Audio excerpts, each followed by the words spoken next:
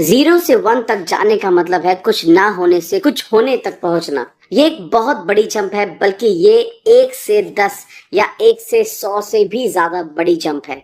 0 से 1 तक जाने का ही मैजिक है जो आपको डार्कनेस को खत्म करने में हेल्प करता है। इस बुक में पीटर ने टेक्नोलॉजी स्टार्टअप के लिए अपना एक्सपीरियंस शो करते हुए आइडियाज और सजेशन दिए हैं। न्यू इनोवेशन की पावर को अनलॉक करना ही प्राइमरी गोल है, और इस गोल तक पहुंचने के लिए एक एंटरप्रेन्योर को पुराने तरीकों को क्वेश्चन करना, मोनोपोली यानी एकाधिकार को अडॉप्ट करना और अपने न्यू प्रोजेक्ट्स के लिए पैसे पर अपना कंट्रोल करना है।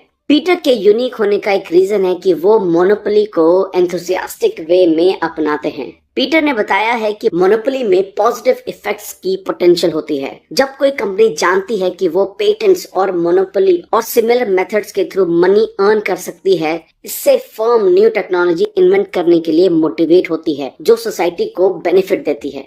वो ये बताते हैं कि कई लालची लोग मोनोपोलीज को मिसयूज भी कर सकते हैं। ये बुक एंटरप्रेन्योर्स को एक सॉलिड एडवाइस ऑफर करता है और रियल में यूनिक थिंकर के दिमाग में इंटरेस्ट डेवलप करती है। ये चीज न्यू एंटरप्रेन्योर और नॉन एंटरप्रेन्योर को न्यू आइडियाज देने में मोटिवेट करता है।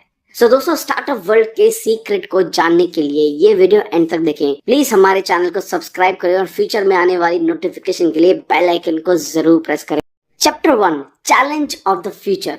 फ्यूचर में एक टाइम ऐसा आएगा जब चीजें आज के कंपैरिजन में अलग होंगी। इस डेफिनेशन के अकॉर्डिंग फ्यूचर में 100 साल तक कुछ नहीं हो सकता जब तक चेंज नहीं होता। दूसरी तरफ फ्यूचर कल भी आ सकता है अगर चेंजेस जल्दी होते हैं। हम फ्यूचर के बारे में ज्यादा नहीं जानते, लेकिन जानते हैं कि ये आज से अलग होगा और आज की दुनिया से ये उभर कर आएगा।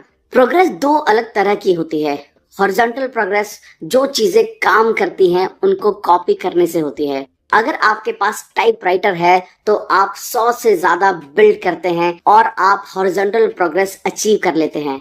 वर्टिकल प्रोग्रेस को बिल्कुल नए तरीकों से ही अचीव किया जाता है। इसका मतलब है 0 से 1 तक जाना। इस तरह की प्रोग्रेस को इमेजिन करना बहुत हार्ड है, क्योंकि इससे पहले ये कभी भी इमेजिन नहीं किया गया है। ग्लोबलाइजेशन, किसी चीज को एक जगह से लेकर हर जगह जब अप्लाई किया जाता है तो वो हॉरिजॉन्टल प्रोग्रेस होती है। वर्टिकल प्रोग्रेस टेक्नोलॉजी के बढ़ने से आती है, और यहाँ टेक्नोलॉजी का मतलब कंप्यूटर नहीं है। किसी भी चीज को नए तरीके से करने को ही टेक्नोलॉजी कहते हैं। ग्लोबलाइजेशन और टेक्नोलॉजी दोनों अलग तरीके की प्रोग्रेस है जो सेम टाइम पर हो भी सकती है और नहीं भी। आपके पास दोनों भी हो सकते हैं और हो सकता है दोनों में से कोई ना हो। दोनों प्रोग्रेस में से टेक्नोलॉजी हमेशा फ्यूचर पर फोर्स करती है। एक टाइम पर लोग सोचते थे कि टेक्नोलॉजी सभी डायरेक्शन में आगे बढ़ेगी। हमको बहुत सारे घंटे काम नहीं करना होगा, फ्लाइंग कार्स में राइड करेंगे, चांद पर छुट्टियां मनाएंगे। सिर्फ एक ऐसा एरिया जिसने सच में वर्टिकल प्रोग्रेस की है वो है कंप्यूटर टेक्नोलॉजी। प्रोग्रेस दी नहीं जाती, ना ही ये खुद ऑटोमेटिकली होती है। हमको पहले इमेजिनेशन करना चाहिए और तब दुनिया को ऐसे क्रिएट करना चाहिए जैसे हम जीना चाहते हैं। न्यू टेक्नोलॉजी स्टार्टअप से ही आती है। Chapter 2, party like it's 1999। Popular belief का शिकार होना बहुत आसान है। पुराने तरीके मुश्किल हो सकते हैं। एक क्लियर थिंकिंग रखने और कंफ्यूजन हटाने का तरीका है हिस्ट्री को स्टडी करना। 1990s को देखो तो कुछ लोगों के लिए ये एक नॉस्टैल्जिक समय है, पर 1990 में दोनों अच्छी और बुरी चीजें हुई हैं। 1998 से 2000 तक .com मेनिया की धूम थी। इन्वेस्टर किसी भी स्टार्टअप के लिए पैसा लगाते थे। लोग अच्छी खासी पे करने वाली जॉब छोड़कर अपनी खुद की कंपनीज बना रहे थे, ये सोचते हुए कि वो अमीर बन जाएंगे। बहुत सारा पैसा खराब हो गया था, लेकिन लोगों को .com इकोनॉमी पर इतना बिलीव था कि उन्हें किसी भी वार्निंग साइन पर ध्यान नहीं दिया। .com क्रैश इंसिडेंट ने अच्छे टाइम पर रोक लगा दी और ये दर्द अभी तक सिलिकॉन वैली को इफेक्ट करता है। इसने वैली में कुछ बिलीफ्स को जन्म दिया जो आज तक मौजूद है। छोटे और पॉजिटिव चेंजेस हमेशा सेफ होते हैं। लॉन्ग टर्म प्लान में इन्वेस्ट करने के बजाय कंपनीज को लीन और मीन रहने की जरूरत है, जिससे कंपनी चेंज को अपना सकती है। मार्केट में मौजूद प्रोडक्ट को इम्प्रूव करना नए प्रोडक्ट क्रिएट करने से ज्यादा जरूरी है। अपने कॉम्पिटिटर को देखो कि वो क्या कर रहे हैं और उनको कॉपी करो। लोग इन लेसन्स को बहुत इंपॉर्टेंट मानते हैं। एक्चुअल में अपोजिट प्रिंसिपल में ज्यादा सीखा जाता है। बोल्ड होने में बड़े मूव्स की बहुत वैल्यू होती है। कॉम्पिटिटिव मार्केट में प्रॉफिट नहीं बनाया जा सकता, इससे बेटर है नई मार्केट क्रिएट करना। ये भी माइंड में रखना जरूरी है, सेल्स प्रोडक्ट की तरह ही इम्पोर्टेंट है।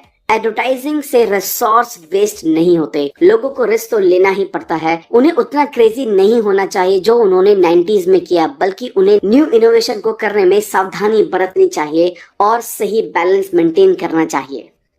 Chapter 3, all happy companies are different. एक इम्पॉर्टेंट फैक्टर है जो ये डिसाइड करता है कि कंपनी कितना कमाएगी, वो है कंपटीशन। कंपटीशन का लेवल कंपनी टू कंपनी और इंडस्ट्री टू इंडस्ट्री चेंज होता है। इसको एक स्केल की तरह समझा जा सकता है। एक साइड पर आपके पास परफेक्ट मोनोपोली होनी चाहिए जहां कोई भी कंपटीशन नहीं होता। कुछ कंपनीज अपने पोटेंशियल कंपटीटर के साथ टेक्निक्स को अडॉप्ट करके मोनोपोलीज बन जाती हैं, और कुछ कंपनीज मोनोपोलीज बन जाती हैं क्योंकि उनको स्टेट से परमिशन और लाइसेंस मिल जाता है। उसके बाद कुछ कंपनी जो मोनोपोलीज को अचीव करती हैं क्योंकि उनके पास ऑफर करने के लिए कुछ यूनिक होता है। जब पीटर मोनोपोली के बारे में बात करते हैं तब हम उन कंपनीज की बात कर रहे हैं जो इतनी अच्छी थी कि उन्होंने अपने कॉम्पिटिटर्स कंपनी को बहुत पीछे छोड़ दिया। दूसरे एंड पर जहां बहुत कंपटीशन है, वहां डिमांड और सप्लाई की वजह से प्राइस पर इफेक्ट होता है। एक कंपनी जो प्रोडक्ट बेच रही है वो दूसरी कंपनी के प्रोडक्ट से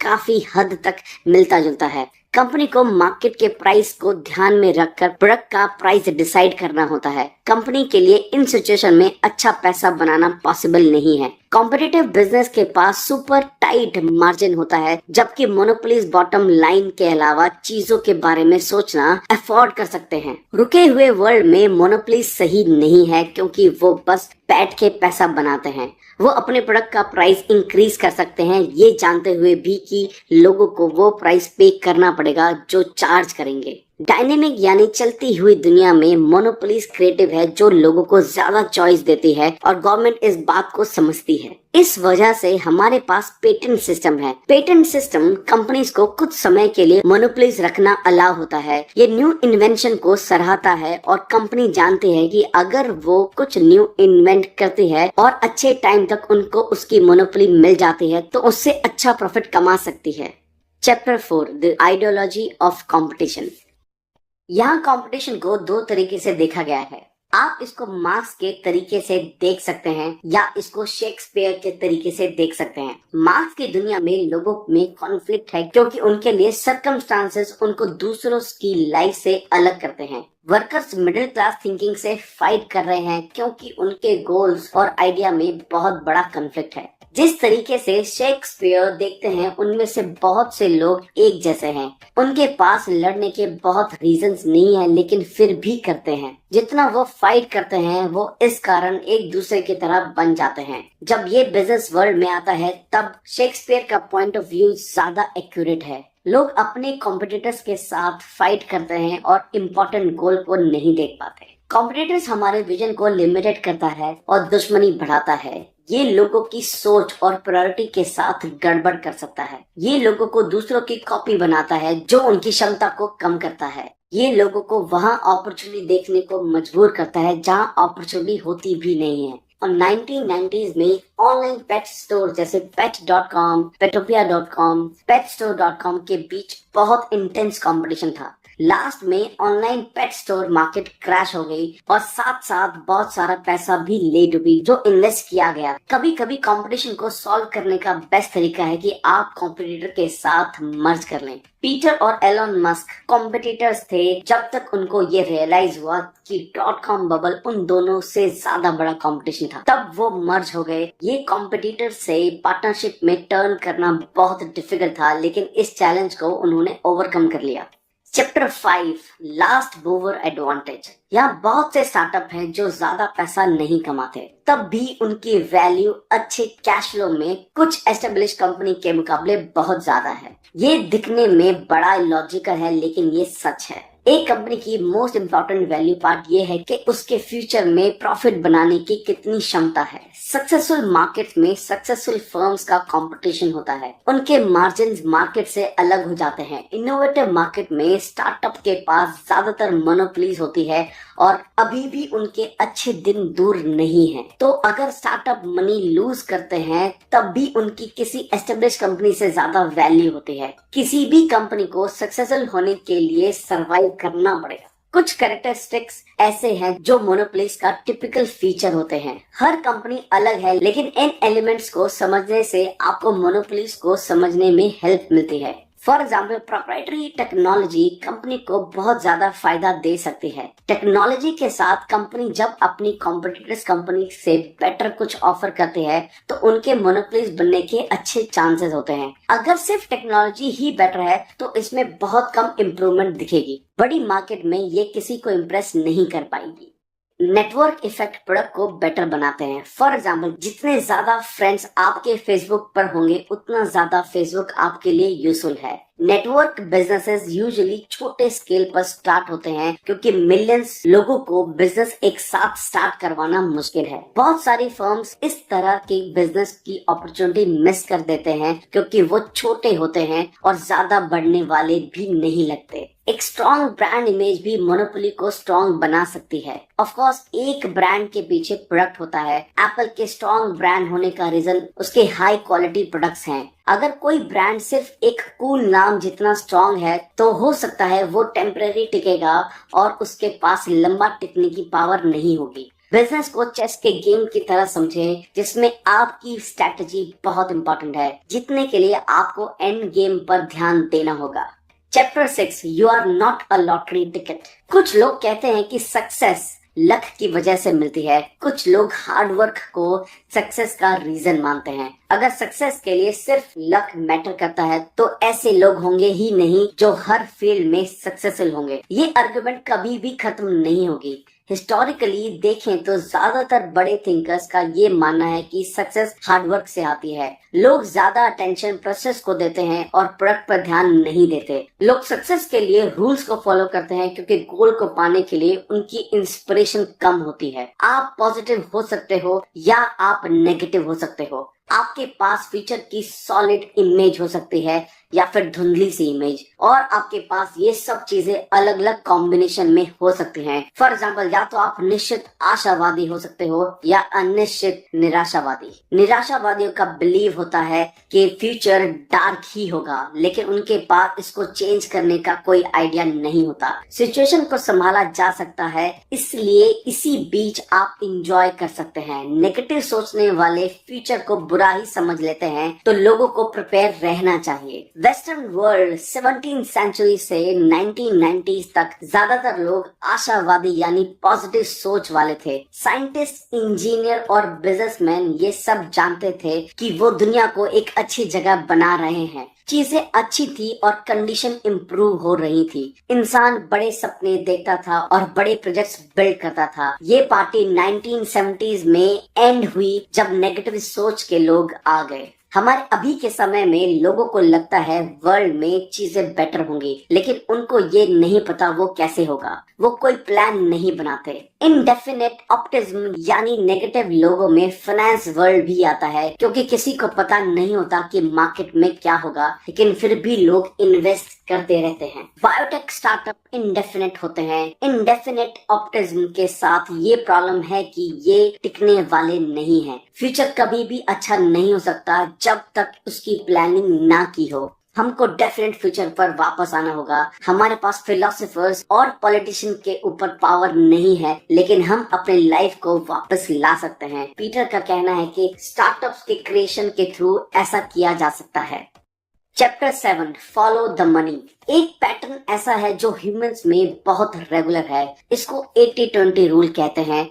एक इकोनॉमिस्ट ने नोटिस किया कि उनके गार्डन में 20% मटर के प्लांट्स ही 80% मटर प्रोड्यूस करते हैं। ये टेंडेंसी जिसमें लोग बाकियों को डोमिनेट करते हैं, इसको पावर ऑफ लॉ के नाम से जाना जाता है। ये स्केल के एक्सपोनेंशियल ग्रोथ को डिस्क्राइब करता है। वेंचर कैपिटलिज्म की बैकबोन पावर ऑफ लॉ है। वेंचर कैपिटलिस्ट का एम होता है अर्ली स्टेज कंपनी से फंड और प्रॉफिट निकालना। ये ज्यादा रिस्क वाली इन्वेस्टमेंट होती है जिसमें बहुत सारी कंपनीज फेल होती हैं, लेकिन ज्यादा रिस्क ही ज्यादा रिजल्ट भी देता है। धीरे धीरे कुछ कंपनीज बहुत अच्छे से सक्सेसफुल होती हैं। ये कंपनीज उन 20% का हिस्सा बन जाती हैं जो 80% कमाई करती हैं। वेंचर को किसी ऐसे को फंड के लिए पिक करो जो विनर हो। इस प्रोसेस में टाइम लगता है। यूजुअली बहुत सारे अर्ली स्टेज पर ही फेल हो जाते हैं, जिसका मतलब है वेंचर्स का पैसा ज्यादातर शुरुआत में ही खराब हो जाता है। वेंचर कैपिटलिस्ट कुछ साल में बस इसमें ही खुद को रोक कर रखते हैं ताकि उनको सक्सेस मिल सके और वो एक्सपोनेंशियल ग्रोथ देख सकें। एक कंपनी स्टार्ट करने से पहले ये सोच ले कि ज्यादा चांसेस हैं वो फेल ही होगी। बेटर ये है कि आप उस कंपनी का पार्ट बने जिसकी ग्रोथ तेजी से हो रही हो। आप शायद अपने स्टार्टअप के 100% ओनर होंगे, लेकिन इसमें खतरा ये है कि अगर उसमें कुछ भी ना हुआ तो वो भी 100% आप ही ओन करेंगे। इससे कहीं गुना बेहतर है गूगल जैसी कंपनी में 0.01% ओन करना। Chapter 8 secrets. ये चैप्टर सीक्रेट के बारे में है, लेकिन सीक्रेट के बारे में नहीं बल्कि सेंस ऑफ डिस्कवरीज के बारे में है। मॉडर्न टेंडेंसी में कहा जाता है कि अब कोई हार्ड क्वेश्चन नहीं बचे हैं। टेक्नोलॉजी ने इनको आंसर कर दिया है। ऐसे इम्पॉसिबल क्वेश्चन हैं जिसका आंसर नहीं दिया जा सकता, और ऐसे भी क्वेश्चन हैं जिसके आंसर इजीली दिए जा सकते हैं, लेकिन इजी क्वेश्चन का आंसर देना सेटिस्फाइंग नहीं होता। फंडामेंटलिस्ट भी इसी तरीके से सोचते हैं। रिलीजियस फंडामेंटलिस्ट सोचते हैं कि यहाँ ऐसे इजी क्वेश्चन है जिसका सब आंसर जानते हैं और मिस्ट्री सिर्फ गॉड जानता है। एनवायरमेंटलिज्म भी एक रिलीजन की तरह है। फैक्ट ये है कि हमको यूनिवर्स को प्रोटेक्ट करना चाहिए, बाकी सब मदर नेचर के हाथ में है जिसको क्वेश्चन नहीं किया जा सकता। जो चीज आप नहीं देख रहे उसको कभी ढूंढ भी नहीं पाओगे। जिस चीज को आप ट्राई नहीं करते उसमें कभी सक्सेसफुल नहीं हो पाओगे। अगर आप बिलीव करते हैं कि ये इम्पॉसिबल है तो आप अचीव नहीं कर पाएंगे। ये आपको करना होगा, वो खुद कभी नहीं होगा। हम अमेजिंग चीजें कर सकते हैं। अभी बहुत सी डिस्कवरीज करनी बाकी हैं, लेकिन उसके लिए ट्राई करना पड़ेगा। सीक्रेट्स दो तरह के होते हैं। नेचर के सीक्रेट्स होते हैं और लोगों के सीक्रेट्स होते हैं। नेचर के सीक्रेट का पता लगाने के लिए आप फिजिकल वर्ल्ड में स्टडी कर सकते हैं, लेकिन लोगों का सीक्रेट जानना बहुत मुश्किल है, क्योंकि या तो लोग खुद अपने बारे में कुछ चीजें नहीं जानते या लोग जानबूझ के दूसरों से अपनी बात सीक्रेट रखते हैं। अगर आप कोई सीक्रेट जानते हो तो ध्यान रखें कि किन लोगों से उनको शेयर कर रहे हो। अपनी नॉलेज को रिवील करना डेंजरस भी हो सकता है। थंब रूल ये है कि आप किसी के सीक्रेट किसी और से शेयर ना करें।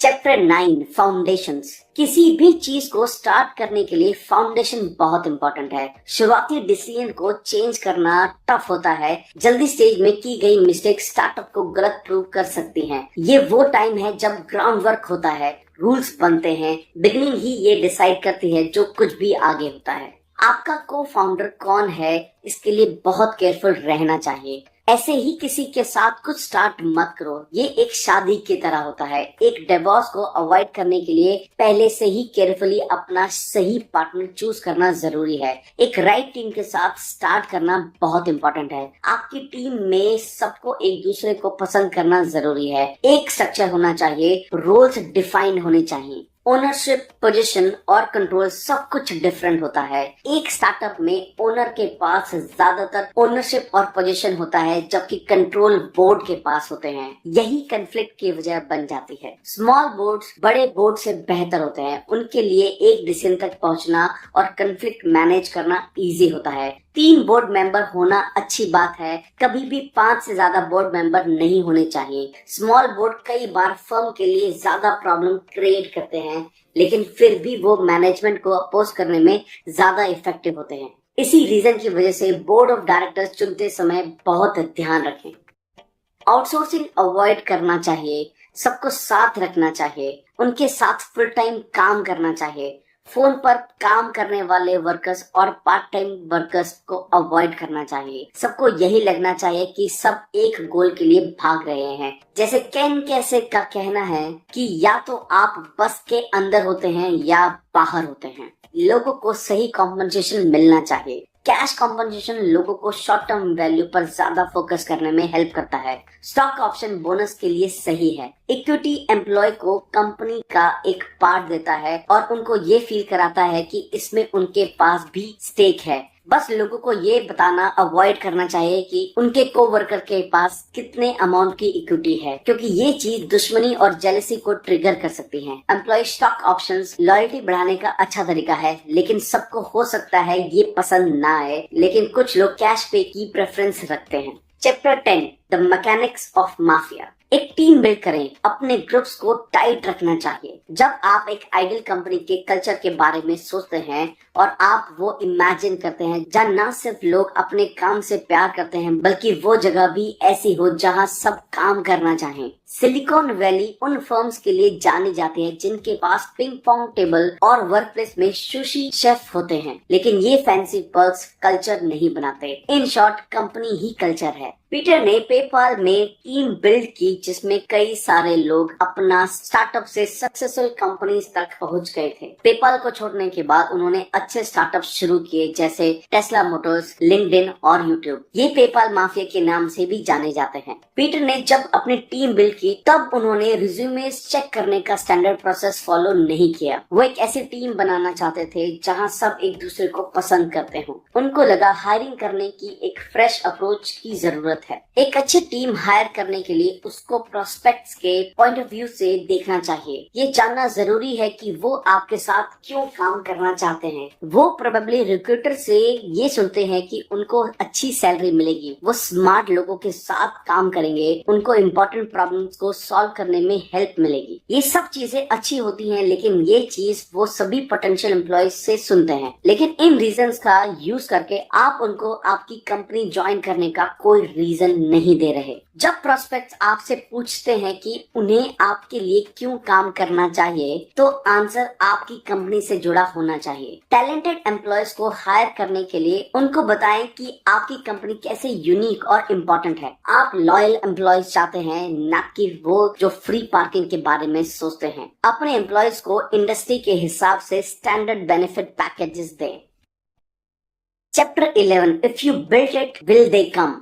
सेल्स इंपॉर्टेंट है, मिडलमैन का नाम बुरा होता है। डिस्ट्रीब्यूशन बहुत इंपॉर्टेंट है। बहुत से लोग, स्पेशली टेक्निकल लोग, इसकी इंपॉर्टेंस नहीं समझते, पर ये इंपॉर्टेंट है। मार्केटिंग इंपॉर्टेंट है क्योंकि ये लोगों को प्रोडक्ट समझाने में हेल्प करती है। एडवर्टाइजिंग यूजफुल होती है क्योंकि ये काम करती है। ये कंज्यूमर के माइंड में आइडिया डालती है। आप सोचते होंगे कि आपके ऊपर एडवर्टाइजिंग का कोई इन्फ्लुएंस नहीं होता जैसा बाकी लोगों पर होता है, लेकिन आप गलत हैं। लोगों को सेल्स स्टाफ पर हमेशा शक रहता है क्योंकि ये बोलना आसान नहीं है कि वो लोग कितनी ज्यादा मेहनत करते हैं। वैसे एक अच्छा सेल्स पर्सन एक अच्छे एक्टर की तरह होता है। वो इतने अच्छे से परफॉर्म करते हैं कि ये देखना मुश्किल होता है कि वो कितना ज्यादा मेहनत करते हैं। एक अच्छी सेल्स और डिस्ट्रीब्यूशन मोनोपोली क्रिएट कर सकती है, चाहे प्रोडक्ट खुद के कॉम्पिटिटर से बहुत ज्यादा अलग ना भी हो। आपको सक्सेस के लिए एक स्ट्रॉन्ग डिस्ट्रीब्यूशन प्लान की नीड होती है। डिस्ट्रीब्यूशन को दो तरीकों से देखा जाता है। कस्टमर के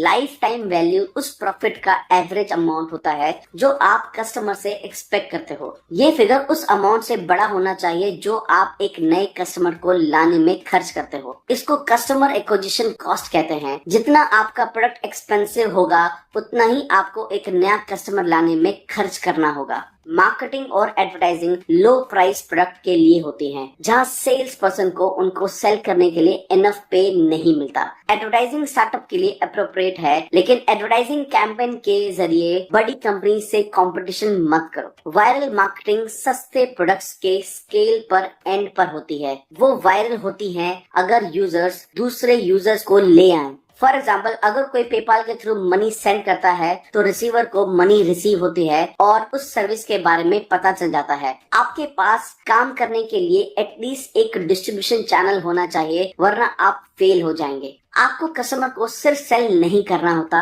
आपको इन्वेस्टर, एम्प्लॉय और मीडिया को भी अपना आइडिया बेचना होता है। कभी ऐसा एक्सपेक्ट नहीं करना चाहिए कि आपका प्रोडक्ट इतना अच्छा है कि इन्वेस्टर्स और बाकी सभी आपके दरवाजे तक खुद आ जाएंगे। पब्लिक रिलेशन स्ट्रैटेजी बनानी चाहिए। डिसाइड करें कि आपको अपनी स्टोरी कैसे बेचनी है। Chapter 12 man and machine. Information technology इतनी ज्यादा आगे बढ़ गई है कि अब उसको ही टेक्नोलॉजी समझा जाता है। कंप्यूटर्स कॉन्टिन्यूसली ग्रो हो रहे हैं। बहुत सारे इंसानों द्वारा किए जाने वाले काम अब कंप्यूटर्स के जरिए होता है। कुछ का प्रेडिक्शन ये है कि धीरे धीरे कंप्यूटर ज्यादा से ज्यादा इंसानों का काम करने लगेंगे। लोग इस बात से परेशान है कि कंप्यूटर्स उनको रिप्लेस कर रहे हैं। जैसा पहले लोग दूसरे लोगों की जॉब छीन लेते थे, ये काम अब कंप्यूटर्स कर रहे हैं।